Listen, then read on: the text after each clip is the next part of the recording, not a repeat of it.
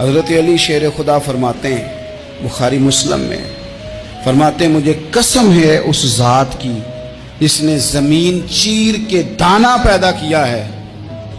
مجھ سے رحمت عالم صلی اللہ علیہ وسلم نے وعدہ فرمایا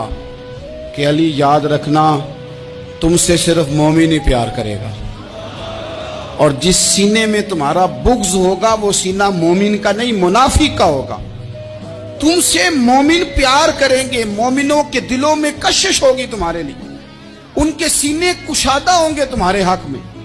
حضرت مولا علی شیر خدا کی محبت، ان کا نام آئے تو دل ٹھنڈا ہو جائے، آنکھوں میں روشنی آئے، چہرہ روشن ہو جائے، تو معنی یہ ہے کہ ایمان مضبوط ہے دل میں۔ اور اگر بندہ کمزور ہونے لگ جائے،